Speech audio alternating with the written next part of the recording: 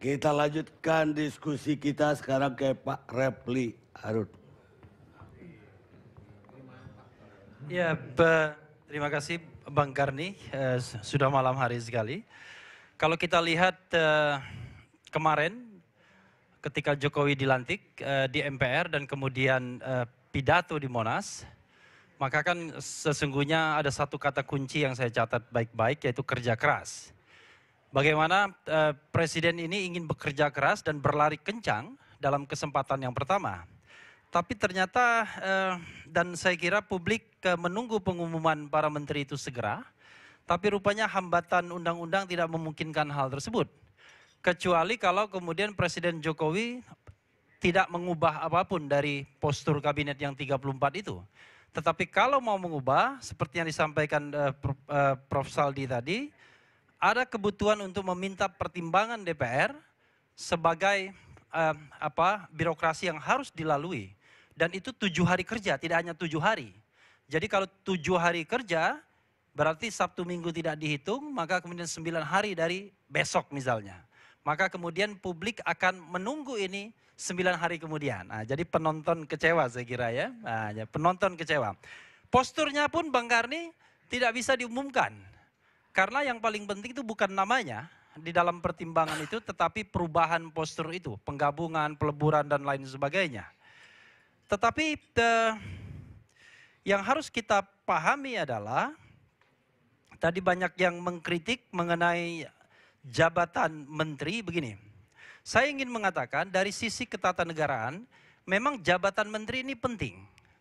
Tetapi jabatan menteri itu memiliki karakter yang berbeda dengan jabatan lainnya yang misalnya di area misalnya State Auxiliary Agency atau bahkan jabatan Panglima TNI, jabatan Kapolri yang itu membutuhkan check and balances, membutuhkan keterlibatan minimal 2 institusi negara. Dalam hal ini presiden, kadang-kadang presiden pun menyerahkan mandatnya kepada tim sel, lalu kemudian DPR yang melakukan fit and proper test dan seleksi. Jabatan menteri ini walaupun penting, dia betul-betul hak prerogatif presiden. Cuma kalau kita bicara tentang prerogatif di level konstitusi, kadang-kadang dia wrong direction ketika kemudian diturunkan di undang-undang dan fenomena politiknya. Sebagai contoh misalnya, kalau tadi dikritik perubahan Undang-Undang Dasar 1999 dan 2002, Bu Ratnanya sudah pulang ya. Kami orang tata negara, saya kira Prof. Saldi juga akan mengamini bahwa sesungguhnya banyak sekali kemajuan-kemajuan yang dicapai dengan perubahan konstitusi tersebut. Pemilihan presiden secara langsung, hadirnya Mahkamah Konstitusi, adanya the second chamber DPD dan lain sebagainya. Dan ini sebenarnya memberikan karakter check and balances yang jauh lebih kuat dibandingkan Undang-Undang Dasar 1945 versi yang lama. Dan harus diingat, orang lupa, dalam Undang-Undang Dasar versi yang lama itu, 2 presiden jatuh sesungguhnya. Presiden Soekarno pada tahun 67 dan Presiden Gus Dur pada tahun 2001.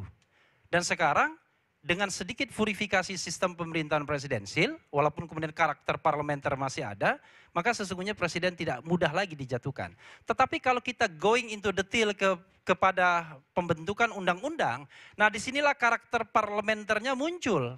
Karena fenomena politik, sistem presidensil bersatu padu dengan multi partai yang ekstrim. Seperti itu. Kembali kemudian soal kementerian ya.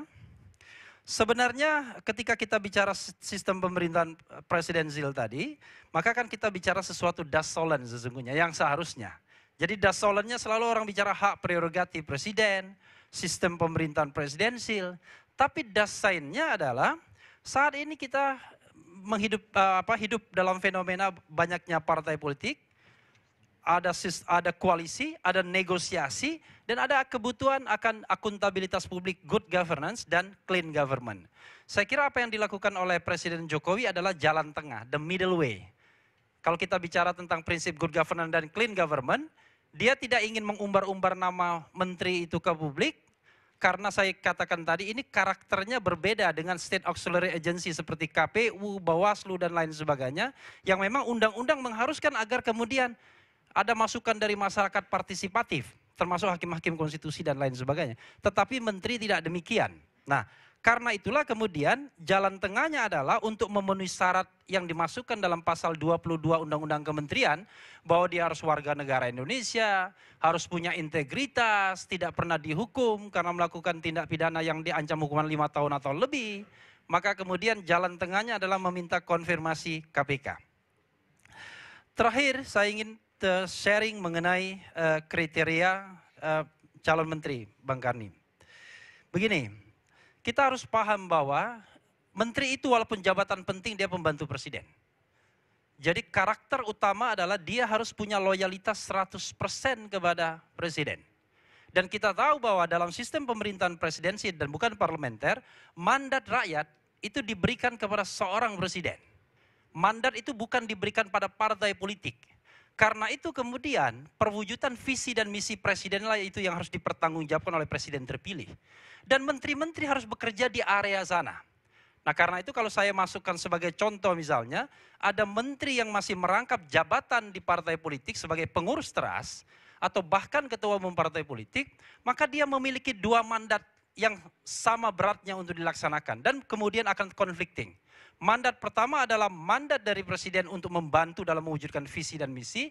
Mandat kedua adalah dari konstituen partai tersebut, dari anggota partai tersebut untuk menjaga partai dan mungkin memenangkan pemilu berikutnya atau menjaga kemenangan pada pemilu berikutnya. Tidak mungkin ini disatukan.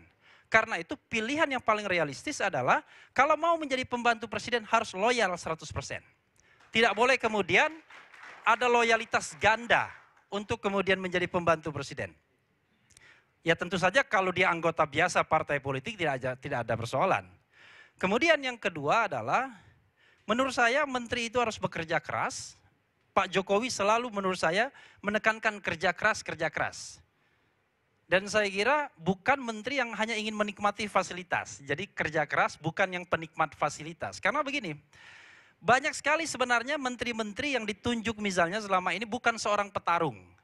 Bukan orang yang ingin bertarung bagaimana mewujudkan visi dan misi. Bukan orang yang ingin bertarung bagaimana membenahi birokrasi. Bukan orang yang ingin bertarung bagaimana kemudian memberantas korupsi. Yang terjadi adalah mereka penikmat fasilitas, penikmat jabatan. Maka biasanya yang disasar kegiatan-kegiatan seremonialnya, lalu kemudian acara-acara kenegaraan yang penting dan lain sebagainya. Tetapi ketika kita melakukan evaluasi terhadap kementerian tersebut secara objektif, kita tidak menemukan ada perbaikan-perbaikan yang signifikan. Yang kedua, 4 saja saya kira, saya tulis hari ini di sebuah harian. Yang ketiga adalah tentu saja dia harus bebas korupsi karena ada syarat integritas di sana. Tidak hanya korupsi sesungguhnya, tetapi juga masalah hukum dan penyakit sosial lainnya. Jadi kita tidak boleh mencari orang yang saya kira bermasalah begitu. Jadi kalau seandainya ada orang yang bermasalah, menurut saya akan menjadi beban presiden untuk mewujudkan visi dan misinya. Karena saya kira begini, ini kan terpilihnya Obama ini persis seperti terpilihnya terpilihnya Jokowi ini seperti terpilihnya Barack Obama tahun 2008. Di mana antusiasme publik itu tinggi sekali. Saya ingat pada waktu itu Oprah Winfrey mengatakan luar biasa bahwa belum pernah terjadi dalam sejarah Amerika yang begini dan lain sebagainya. Tetapi kita juga harus realistis. Bahwa ekspektasi publik yang 100% itu barangkali hanya bisa diwujudkan oleh pemimpin yang terpilih. Siapapun dia barangkali kurang dari 50%. Karena itu bagaimana mengkanalisasi ekspektasi ini agar kemudian orang tidak kecewa dan kemudian bergeser dan akhirnya anarkis. Kita ingat Barack Obama ketika kemudian melakukan pemilihan presiden yang kedua pada tahun 2012 hampir kalah. Karena ekspektasi publik kemudian tidak terkanalisasi secara baik dan kemudian ekspektasi itu kemudian muncul menjadi kekecewaan. Jadi hati-hati juga. Majalah Time menyebut a new hope, ya kan? Tetapi kemudian ada plesetan, ada artis yang disebut there is no hope, ya kan? Ada artis yang kemudian dimasukkan, saya kira tidak perlu menyebut nama artisnya. Tapi jangan sampai kemudian a new hope, 6 bulan kemudian jadi there is no hope. Itu yang kemudian harus dijaga. Dan yang terakhir, saya kira menteri harus profesional. Tadi kan dikatakan adalah, tidak mungkin menteri itu tidak profesional. Banyak menurut saya menteri yang tidak profesional. Jadi salah satu menteri, ada misalnya ketua umum partai politik yang mengatakan, ketua umum partai politik itu bisa jadi menteri apa saja. There is no profesional. Saya kira orang itu pasti tidak profesional. Karena orang profesional itu dia harus menguasai bidang tertentu secara cermat, secara baik, dan dia ada passion di sana. Dia ada gairah di sana. Kalau dia tidak punya passion, dia mungkin bisa jadi menteri, bisa jadi pemimpin, tapi akan minim kreativitas. Karena itu saya kira kita tidak bisa memilih orang-orang yang sekedar ingin jabatannya saja, tetapi tidak loyal, tidak mau kerja keras, tidak bebas korupsi, dan the last but not least tidak profesional. Terima kasih. Terima kasih. Sekarang Pak Anta Yuda. Baik, terima kasih Pak Karni. Ya, langsung baik. Saya melanjutkan ya. Mungkin saya ingin mengulas sedikit skripsi saya 10 tahun yang lalu tentang kombinasi sistem presidensial dan multipartai. Prof. Saldi sama mirip saya kira dengan disertasi beliau. Salah satu tadi yang disampaikan, purifikasi sistem presidensial di dalam konstitusi kita yang sangat baik tadi itu, mengalami perubahan sistem ketatanegaraan kuat, saya melihat dalam perspektif politik, ternyata sulit diterapkan dalam realitas politik multipartai yang ekstrim itu. Sehingga banyak kompromi politik yang muncul. Tradisi koalisi yang bukan tradisi dalam sistem presidensil, lalu menjadi hal yang sulit dihindari oleh siapapun. Hasil dari penelitian saya itu oleh presiden terpilih sulit dihindari. Sehingga koalisi yang muncul, tapi sayangnya koalisinya bersifat kompromistis, transaksional, dan lain sebagainya. Nah, lalu bagaimana membangun koalisi pertanyaannya? Berdasarkan hasil riset saya itu adalah, salah satunya adalah kompensasinya, mendapatkan dukungan di parlemen tetapi mendapatkan jatah menteri. Itu satu hal. Ada banyak hal yang muncul pada saat itu, dan kesimpulan saya pada saat itu adalah problem penataan sistem, dan yang kedua adalah personalitas dan gaya kepemimpinan seorang presiden yang menentukan. Nah, hal yang sulit dihindari menurut saya, dan justru ini kompromi kepresiden Yudhoyono menjadi faktor pengaman kekuasaan Yudhoyono, kesimpulan saya pada saat itu. Salah satunya adalah hak prerogatif presiden tereduksi. Sulit dihindari. Yang kedua adalah pola intervensi partai dan akomodasi seorang presiden terpilih dalam pembentukan kabinet. Yang ketiga adalah kabinetnya akan koalisi. Dan yang keempat adalah munculnya dualisme loyalitas menteri. Lalu saya ingin mengkonfirmasi hari ini, dan saya pikir ada niat baik kalau bahasanya Pak Akbar Faisal, atau janji indah dalam bahasa politiknya yang disampaikan oleh Pak Jokowi 3 hal. 1, koalisi tanpa syarat. Saat itu disampaikan tanggalnya di mananya saya mencatat nih, kebetulan datanya saya persingkat saja. Kemudian kedua adalah larangan rangkap jabatan. Yang ketiga adalah kabinet ramping. Semua ini adalah positif. 1, kalau saya melihat dalam konteks realistik, ini bisa jadi akan menyandera Pak Jokowi sendiri ketika terpilih menjadi presiden. Atas 3 hal ini. Ketika ada komposisi 18 menteri untuk profesional, lalu 16 untuk partai politik. Lalu yang kedua, kita juga bisa melihat dalam perspektif lebih idealis. Tadi itu idealis realistis, kalau ini mungkin utopis yang ini menurut saya. Adalah mendobrak, berusaha untuk mendobrak, menerobos sesuatu yang baru. Ujiannya itu. Nah, saya ingin mencatat beberapa hal yang tadi saya disampaikan. Maka apakah betul berhasil Pak Jokowi melakukan ini? Menurut saya kalau bicara realistis maka akan sulit dilakukan, dan terbukti ada beberapa hal. Salah satunya adalah soal yang tadi, kemungkinan muncul tanpa rangkap jabatan dan seterusnya, itu akan menimbulkan kompromi politik yang menurut saya luar biasa. Nah, kalau kita membaca tadi soal ada beberapa 1, 2, 3 parameter menteri, kita bersepakat semua, tetapi saya ingin membacanya ketika Pak Jokowi, hasil riset saya tentang Pak SBY yang intervensi ketua umum partai, para partai politik yang cukup banyak mendikte tanda petik partai sehingga mereduksi partai politik, itu bisa membacanya dalam 2 perspektif. 1, betul Pak Jokowi memang punya keinginan untuk merubah, memperkuat, mempertahankan sistem presidensil. Atau yang kedua, ini adalah strategi politik yang menurut saya cukup jitu ketika ada 3 hal yang dimunculkan. Versi relawan cukup banyak sekali. Dulu pemandangan 5 tahun yang lalu, 10 tahun yang lalu yang muncul adalah versi partai politik. Yang dikedepankan adalah menteri-menteri dari partai politik, tetapi saat ini paling tidak banyak versi. Itu untuk mengimbangi yang pertama. Yang kedua adalah larangan rangkap jabatan. Dan ternyata hari ini terkonfirmasi Pak Muhaimin Iskandar lebih memilih ketua umum. Ditambah lagi adalah strategi untuk menjaga integritas, kapabilitas dan seterusnya tadi melalui KPK dan PPATK. Jadi bisa dibaca 2 hal ya, saya kira kita tetap memberi kesempatan karena kabinetnya belum diumumkan, ini belum bisa diuji. Kalau ternyata itu teruji, bisa dilakukan, upaya ini menurut saya upaya Pak Jokowi untuk mengimbangi berbagai macam kompromi yang muncul tadi. Nah, 1 itu. Mungkin yang kedua ingin saya sampaikan adalah soal waktu. Soal waktu Pak Jokowi kencang sekali berulang-ulang mengatakan ini kabinet kerja, kerja dan kerja. Saya kira ini akan kita dukung sepenuhnya. Tadinya sebelum soal 7 hari tadi saya berpikir setelah dilantik pada pukul 10 tanggal 20 Oktober itu, pada malam harinya langsung diumumkan oleh Pak Jokowi nama-namanya. Entah Pak Akbar Faisal, Pak Suding atau siapa namanya dimunculkan. Besoknya hari kedua dari 1825 hari itu akan langsung pelantikan. Hari ketiga betul-betul langsung kerja, tapi nyatanya tidak. Ternyata itu yang mungkin belum diantisipasi oleh tim transisi, menyiapkan ternyata ada nomenklatur harus diperbaiki 7 hari sehingga tidak bisa langsung kerja. Jadi sudah 2 catatan, saya sebagai warga negara harus menahan, jangan kecewa dulu, tahan dulu, ini ada situasi. Terakhir, satu lagi, menurut saya stabilitas kepresidenan seorang presiden itu ditentukan 2 hal. Satu, dia mendapatkan legitimasi yang kuat dari secara vertikal dari rakyat. Bagaimana menjaga itu soal harapan publik.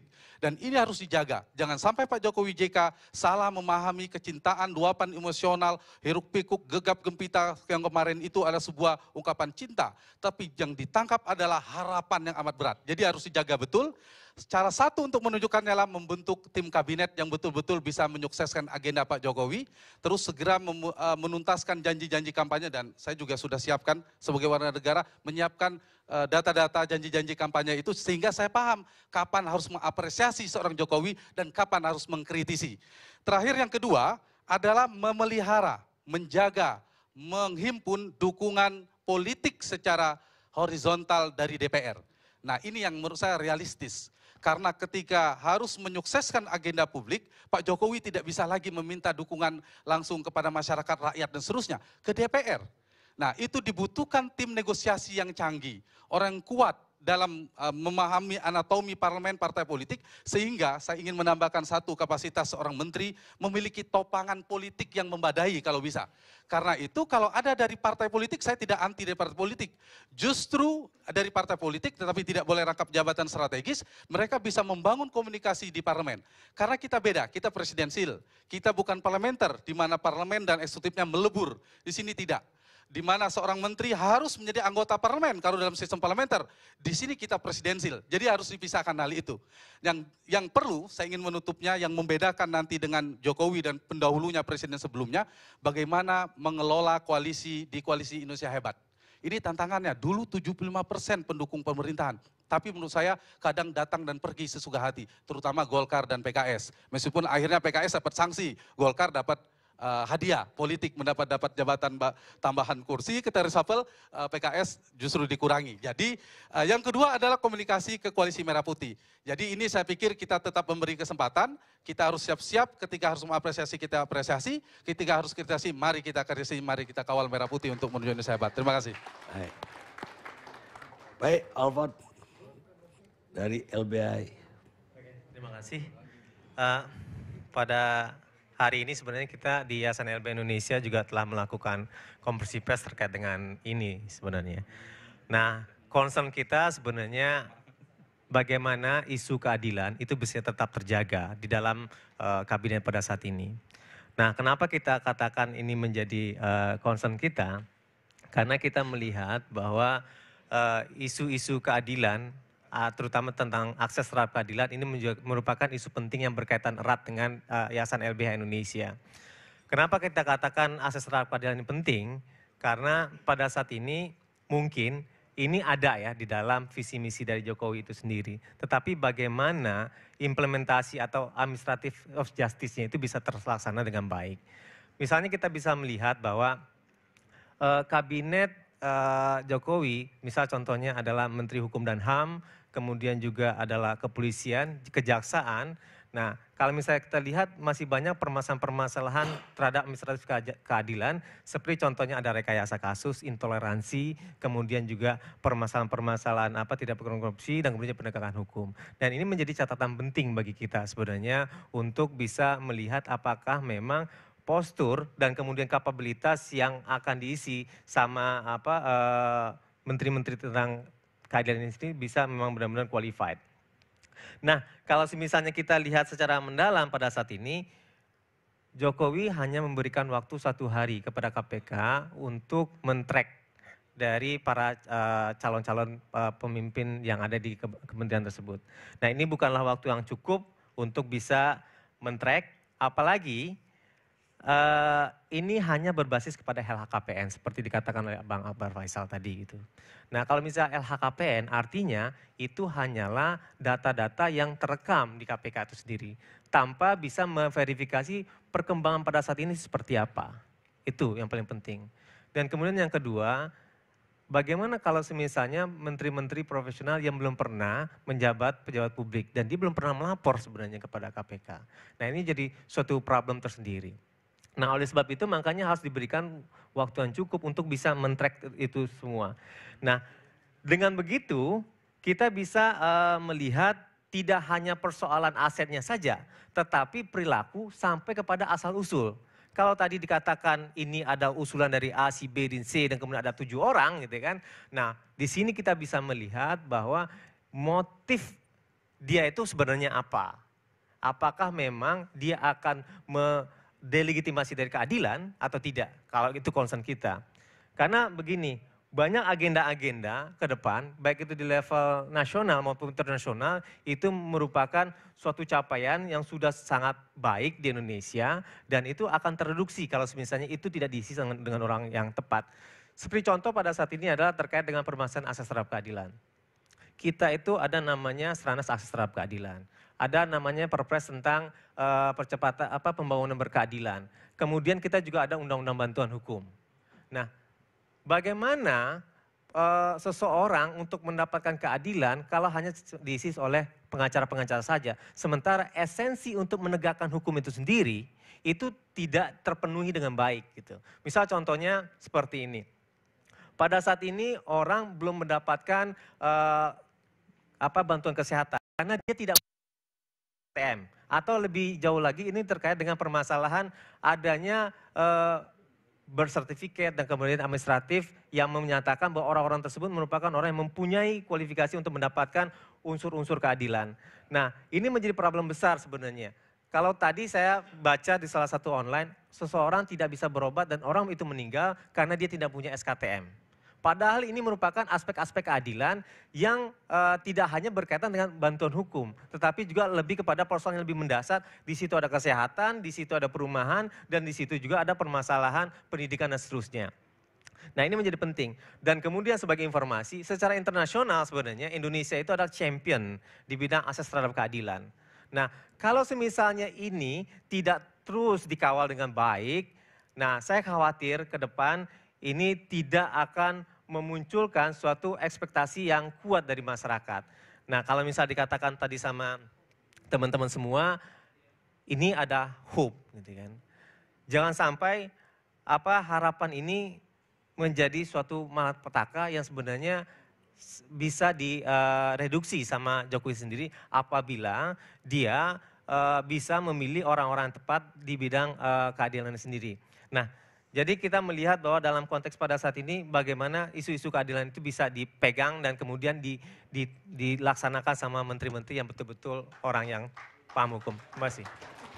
Baik pemirsa, kita rehat dulu sejenak.